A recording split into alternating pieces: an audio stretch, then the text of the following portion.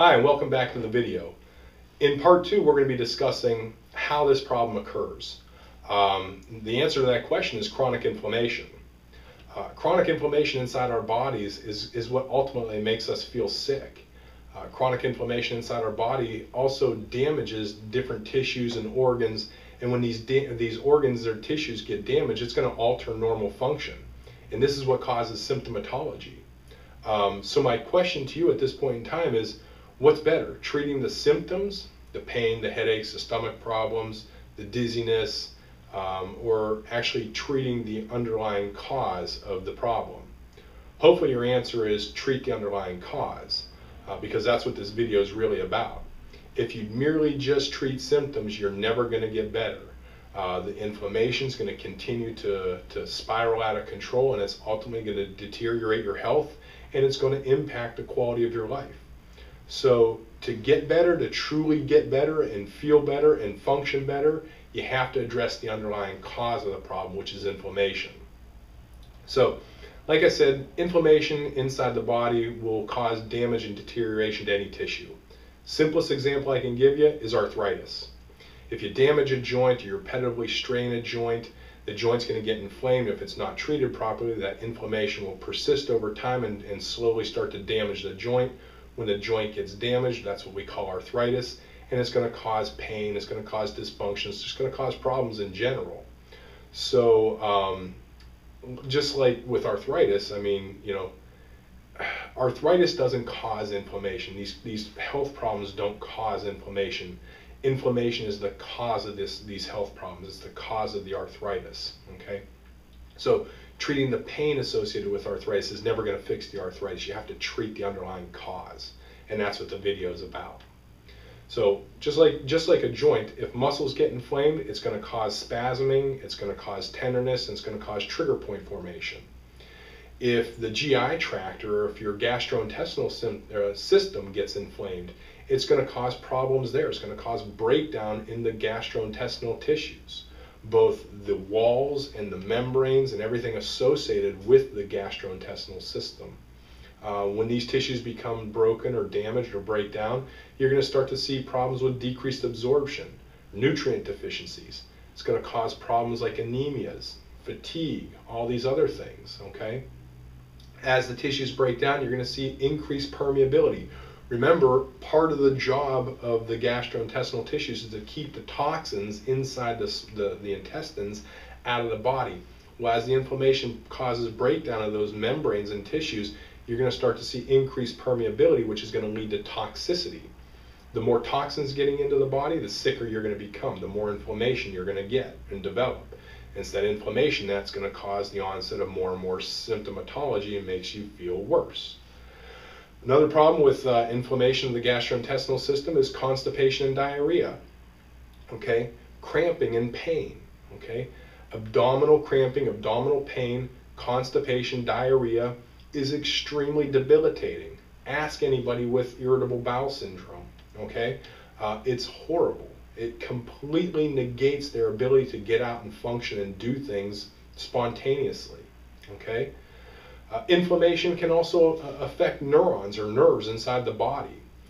If those nerves are inside the brain, one of the main things you're going to start to see are headaches, okay, migraines, things like that. If the inflammation is affecting the nerves in the body, you're going to start to see a breakdown of those nerves, which is going to cause not only pain, but it's going to cause tingling, pins and needles, numbness, ultimately weakness, and then more dysfunction, okay? That's what neuropathy is, okay? Peripheral neuropathy. Inflammation, like I said, inflammation of nerves causes those nerves to break down and deteriorate over time. If that inflammation is affecting the nerves or the neurons inside your brain, well, not only are you going to develop headaches and migraines, but you're also going to see a deterioration or a breakdown of those specific neurons. Neurons not only relay electrical impulses, but they're also responsible for manufacturing certain components associated with normal function, neurotransmitters, for example.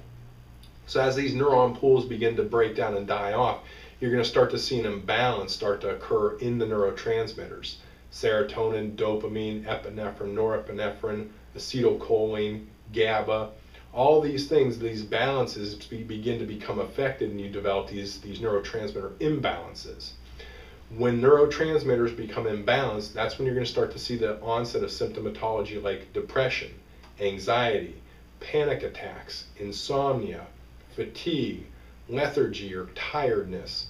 You can see any combination of the above, okay? These symptoms are just the result, or the end result, of inflammation and breakdown of nerves in the brain. So, like I said, chronic inflammation is the real root cause of all chronic health problems. Anything from allergies and asthma to cancer, okay? So we're going to be discussing inflammation and how to fix it for the rest of the video. You see, one main thing that you need to understand is that your body will not heal as long as chronic or high levels of chronic inflammation are persistent, okay? Think of a diabetic. Diabetics are some of the most inflamed people on the planet, okay? That's why when they get a little nick or a cut on their foot, it's a big deal. The inflammation is going to prohibit their bodies from healing. Those little nicks and cuts and scrapes can then fester and get bigger and bigger because their body's not able to heal. And some of these little nicks and cuts can ultimately lead to amputation of the leg. So that's how bad inflammation is inside the body.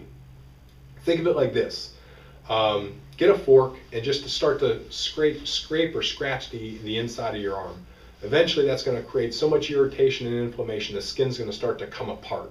It's going to start to bleed, and it's going to get pretty nasty pretty quick. I don't care how much Neosporin or Band-Aids you have and you start to put on, as long as you continue to scrape and irritate and scratch and cause inflammation, that tissue is not going to heal, no matter how much Neosporin you put on it.